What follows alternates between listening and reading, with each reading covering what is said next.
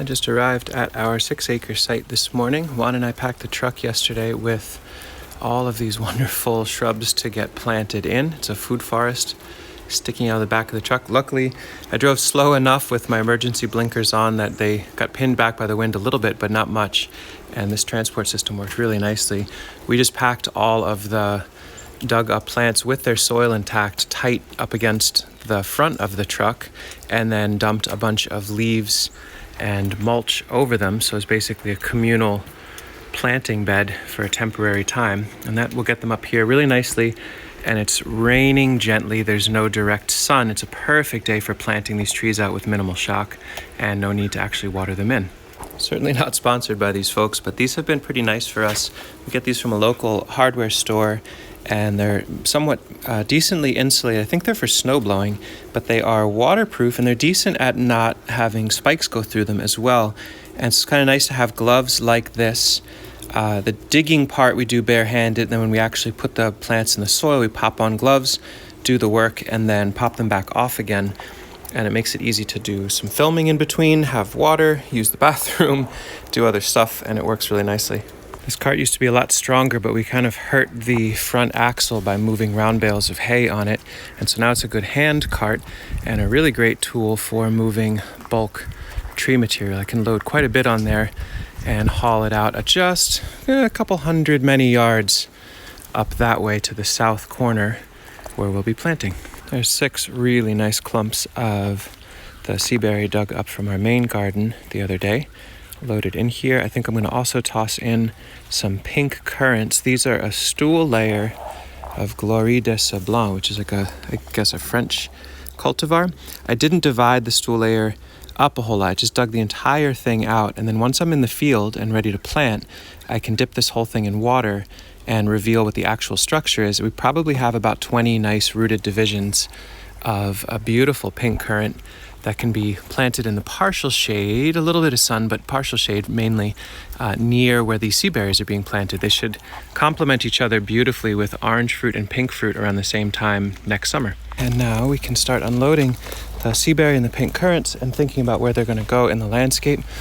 I've pre-dug 6 holes here just for orientation. That is due south, so a fair bit of sun, especially spring and summer. Winter line, it's going to be down through here, but they're not leafed out then, so that works fine.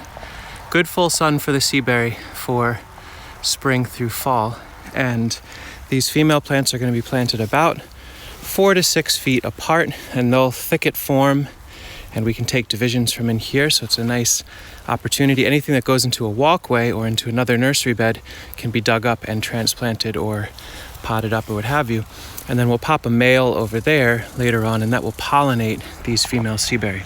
So the seaberry line will be on the north side of this main corridor. On the south side, as we get a little bit more shade, but not too bad, are holes every 3 or 4 feet for our pink currant divisions. So we'll get a nice line of currants in here, a couple little dashes, so to speak, and they are good at dealing with partial shade. They seem to be really good at not drawing in the desires of the deer, and voles don't seem to girdle them, so they make a good sense in this general area, especially where we might be digging this out later on for a micro pond and have mulch and stooling material for those currants within a shovel's distance. So I think they should work nicely. Let me get to it, because when it's raining, it's nice to be planting.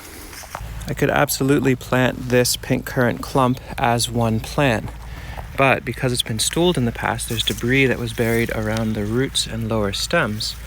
They have rooted really nicely. Let's see if I can get in there.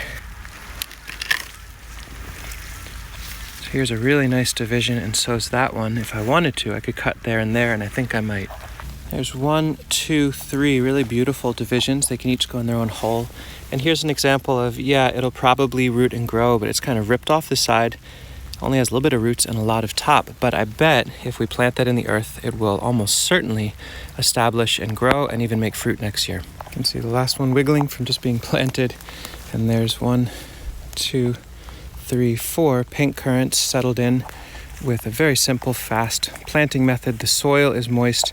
It is actively raining, so they are pretty much done. We'll just have to mulch, and we'll do so by digging out the debris from this old hugel mound to bank around those plants and start sketching out what will be a future pond here.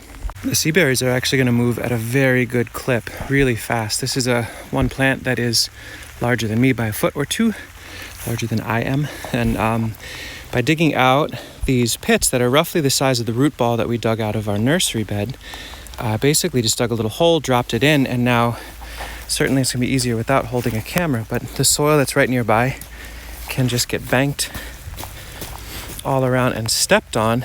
And again, as per almost always, if we're planting out new shrubs, especially if they're wet foot tolerant, we put them near waterways so we can dig this better and deeper, bank it around that plant, and so then we don't have to do as much initial digging. We can bury and berm around them later, and that works really, really nicely. These two shrubs went in about 2 to 3 minutes. I didn't fuss intensely over perfect banking of the soil around each root clump because, again, so long as they're pinned enough, I can start harvesting from right here.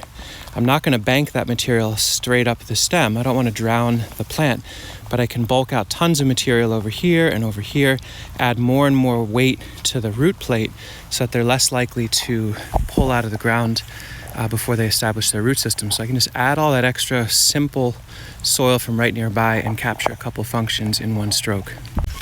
We're done with the cart. Juan is heading back to the garage. We'll get another load of plants and set them to another area. We've got 2 beautiful Japanese fantail willows on either side of the walkway now, which will weave together into an arch later on. There's a ton of comfrey growing in this area, so we dug that comfrey out to hill around these willows, so they'll by default get more rich soil around them that's also loaded with comfrey rhizomes, so they get a ground cover by default. So some nice 7 or 8 foot tall willows here. They get ready to put on nice flowers next year. Then we've got our 6 sea berry that we talked about, 1, 2, 3, 4, 5, 6. Put a tag on either end so that we know what variety these are. And they're a few feet apart, 4 to 6 feet apart on average. And again, with that idea of we chased out this drainage channel to the south of them as a source of bulking material to get them buried. So we didn't have to dig very deep. We could get them in within a minute or 2 per plant, which is pretty amazing for that size, and we can always renovate and add more. If something pitches over from a heavy windstorm, we can pin them down with more muck, and we've got a source of unending fertility and silt to send their way in the future. So that feels very promising. A couple of the Glory de Sablon pink currant in the partial shade. There's another block of 4 of them down there through this side corridor. Again, they're near where the deer come through because it seems like the deer don't mess with them very much. And then a couple of those same pink currants in a really featured location. So we'll be walking through this way on our way to these production nursery beds, on our way to barn spaces, and have pink fruit on one side of the pathway, orange fruit on the other. And we'll be adding in some other elements as we go. But the spirit of this was hopefully conveyed that planting big old plants in a late fall landscape, if you're in a cool or cold, moist climate like we are in New York State, is not that big a deal. This is early December. We're just taking advantage of the ground being thawed, a light rain, and not extremely freezing weathers just yet. And so by the end of today, we'll have put in about 20 trees of that size. And it's kind of a nice thing for an afternoon along with other work.